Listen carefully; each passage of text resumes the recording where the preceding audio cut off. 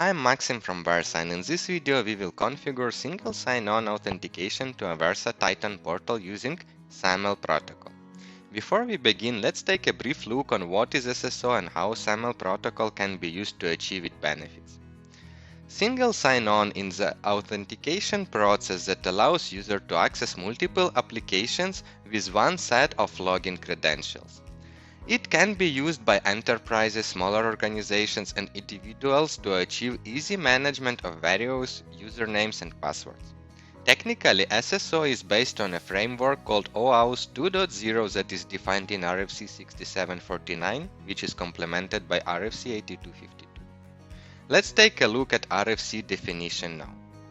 From it, we can understand OAuth 2.0 is a framework that controls authorization to a protected resources such as one or more restricted applications consumed by the authenticated user. This framework can leverage OpenID Connect or SAML, as those are both industry standards that are used to implement SSO authentication. OpenID Connect proved its usability on consumer websites and mobile apps, while SAML, which is reliant on encrypted XML transactions, widely used by enterprises. SAML allows users to sign in to multiple applications. Let's take a closer look at SAML protocol. When we talk about single sign-on using SAML, we have three roles here. First one is identity. It is a user who needs to be granted with authorized access to a corporate applications. Second is IDP, identity provider here. It's an authentication server where a user has account and where authentication will occur. And the third one here is a service provider or SP. It's an application which user wants access to, right? So having this knowledge, what else is important? As we already discussed, SAML is a standard that uses digitally signed and encrypted XML documents for its transactions. So with the help of SAML transactions, we can transfer in a secure way the user's identity from one place, which is IDP, to another place, which is SP. Right? So let's take a look at the authentication process here. If it is completed successfully, user identity is authenticated in IDP portal. Therefore, all applications which are predefined there in IDP, thus will grant authorized access for this user as per configured security policy. Let's go and see how to authorize. First step is when user accesses the remote application using its URL. Let's say user is not authenticated yet. Then this application will redirect him to the identity provider. It is an authentication request. With Versa Titan application, user will need to provide an organization name, details, and then select the appropriate SSO authentication profile. In this case, we will use OKTA. Next, user will provide his credentials as per configured security policy on IDP. It will include username, password, and any other factor to prove user identity which is pre-configured as part of IDP policy. Once user successfully authenticated with identity provider, SAML transaction will take place. IDP builds authentication response in the form of an XML document containing the user's username or email address and any additional information that describe user role attribute or user group information, and then signs this document using X.509 certificate and posts this information to a service provider. Service provider will receive this information with authentication response from IDP, and based on all user details will allow authorized access to its resources. Okay, I hope we are clear with the process now. Let's go ahead and check how we can integrate Versa with third-party IDP leveraging SAML authentication standards. In this example, I'll use OKTA as an identity provider, while Versa supports any third-party IDP that is compliant with RFC standards. It can be Microsoft Azure, OpenIdentity, Google IDP, etc. Let's begin. First, I need to log in my Titan application, and I will select my demo SSO organization, in which I want to configure single sign-on. On the right top, I click on little gear settings, single sign-on. It will take me to a SAML configuration page. SAML name, I'll use it as OKTA. Display name, this is how user will see my SAML authentication profile during his authentication.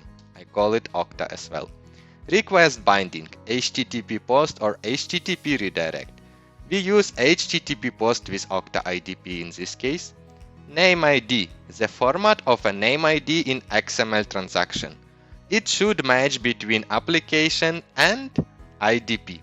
In my case, I select unspecified the way how I did it in OKTA.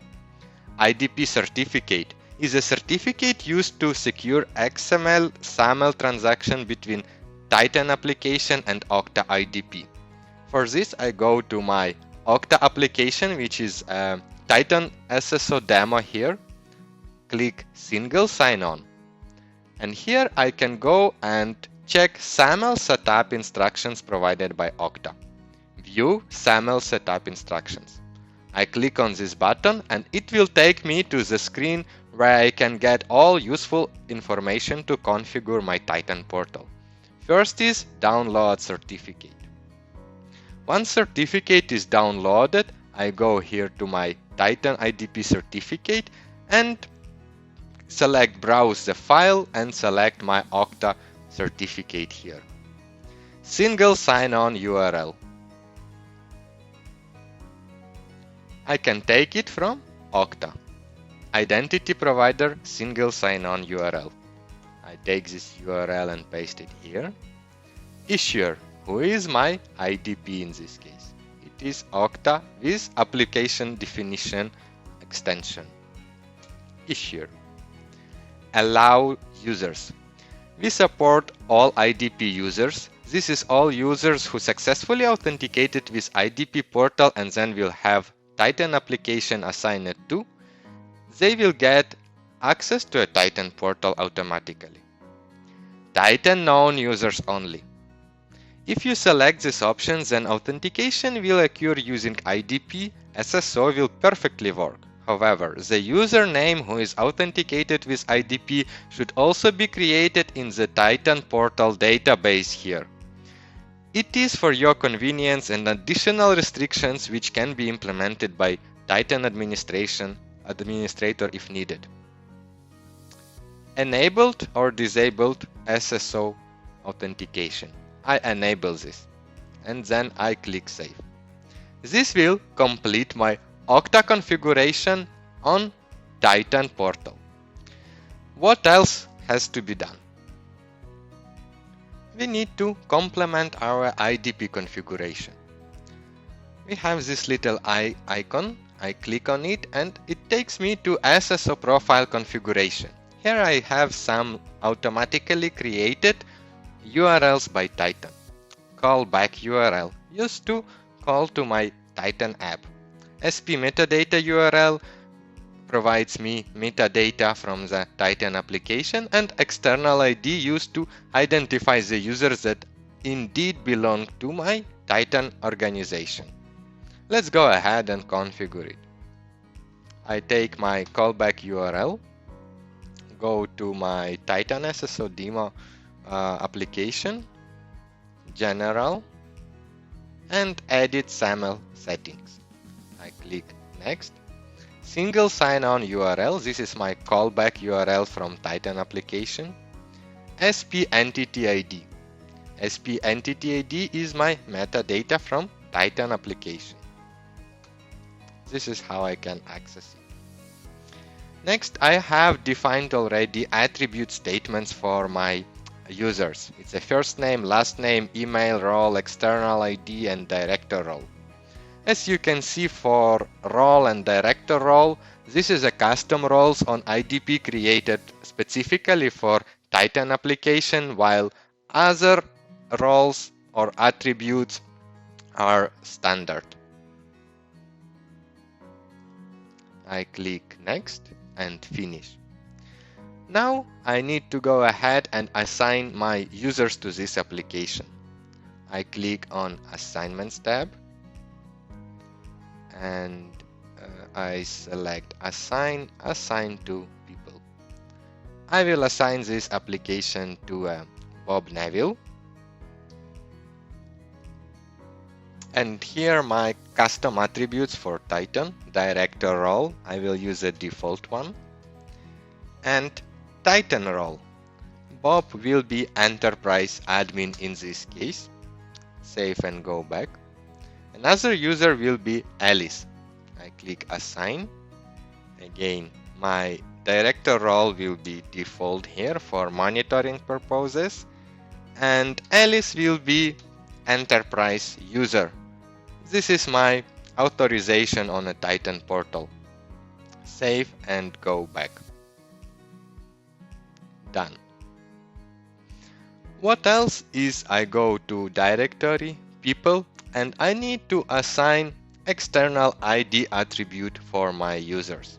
I copy this attribute value, go to Alice, profile, and this attribute is available under as a default profile for Alice. So I have external ID here and I provide value for Alice, and the same should be done for Bob.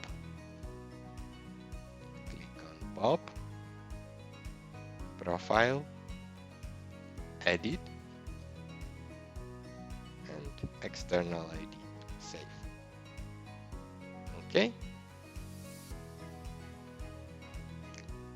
Now, once configuration is done, let's go ahead and test this.